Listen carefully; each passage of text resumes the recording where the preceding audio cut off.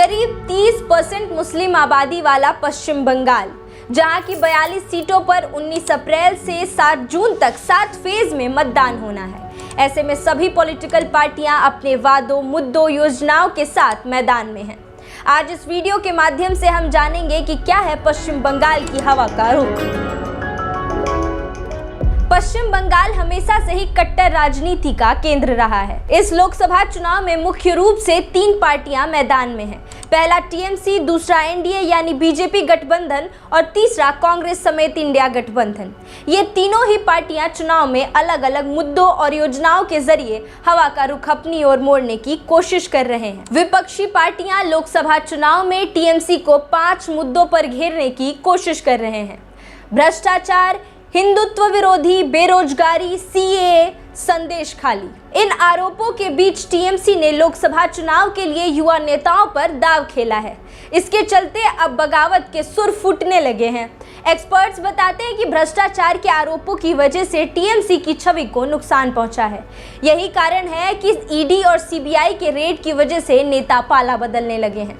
लेकिन फिर भी जनता के बीच टीएमसी की छवि को ज्यादा डेंट होता नहीं दिखाई दे रहा है। ऐसे में बीजेपी राम मंदिर और हिंदुत्व के जरिए एक बड़ा वोट बैंक साधने के प्रयास में जुटी है। यही कारण है कि ममता बनर्जी को सॉफ्ट हिंदुत्व की रणनीति अपनाते हुए पहली बार राज्य में रामनवमी की छुट्टी का ऐलान कर दिया, जिस कारण से एक्सपर्ट्स मानते हैं कि ममता ने बीजेपी की रणनीति को करारा जवाब दिया है। लोग भी राम मंदिर की बजाय किसान और बेरोजगारी के मुद्दे पर वोट डालने का एक बड़ा फैक्टर बता रहे हैं। बता दें कि बंगाल में मुसलमान एक बड़ा फैक्टर है। उनकी आबादी राज्य की जनसंख्या का 30% है, जो लोकसभा की 42 सीटों में 13 सीटों पर हार जीत तय करते हैं।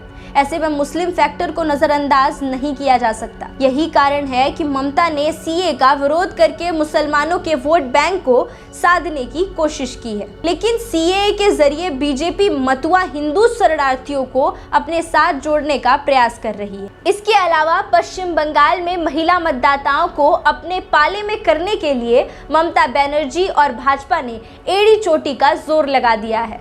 मौजूदा आंकड़े के अनुसार राज्य में 7.18 करोड़ मतदाताओं में से 3.59 करोड़ यानी 50% महिलाएं हैं।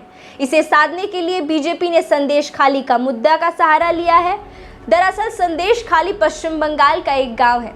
यहाँ पे महिलाओं ने तृणमूल कांग्रेस नेता पर यौन उत्पीड़न और अत्याचार करने का आरोप लगाते हुए आंदोलन शुरू किया था। हालांकि एक्सपर्ट्स बताते हैं कि बीजेपी इस मुद्दे के जरिए एससी महिलाओं को आकर्षित करना चाहती है, लेकिन अब इस मुद्दे का प्रभाव धीमा पड़ता दिख रहा है। लेकिन इस गांव की महिलाएं अभी भी महिला सुरक्षा को ही सबसे बड़ा मुद्दा बताती हैं और चुनाव में इसी मुद्दे पर सरकार के खिलाफ वोट करेंगी। हिंदुत्व और धर्मनिरपेक्षता के मुद्दे पर जादवपुर यूनिवर्सिटी में राजनीतिक विज्ञान के प्रोफेसर अब्दुल मतीन कहते हैं, मैं नहीं मानता कि ममता की जीत धर्मनिरपेक्षता की जीत है।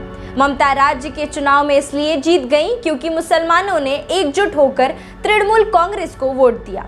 ये पॉलिटिकल बाइनरी की जीत है। मतलब ममता ने मुसलमानों के बीच संदेश फैलाने में सफलता हासिल की कि वोट तृणमूल कांग्रेस को करे, नहीं तो भाजपा जीत जाएगी। ध्रुवीकरण की राजनीति की जीत को हम भाजपा की हार नहीं मान सकते। लोगों की राय और एक्सपर्ट्स की पॉलिटिकल एनालिसिस के मुताबिक लोकसभा चुनाव में बीजेपी 2019 का प्रदर्शन दोहरा सकती है। राज्य में बीजेपी को 15 से 18 सीटें और टीएमसी को 20 से 22 सीटें हासिल हो सकती हैं। धन्यवाद।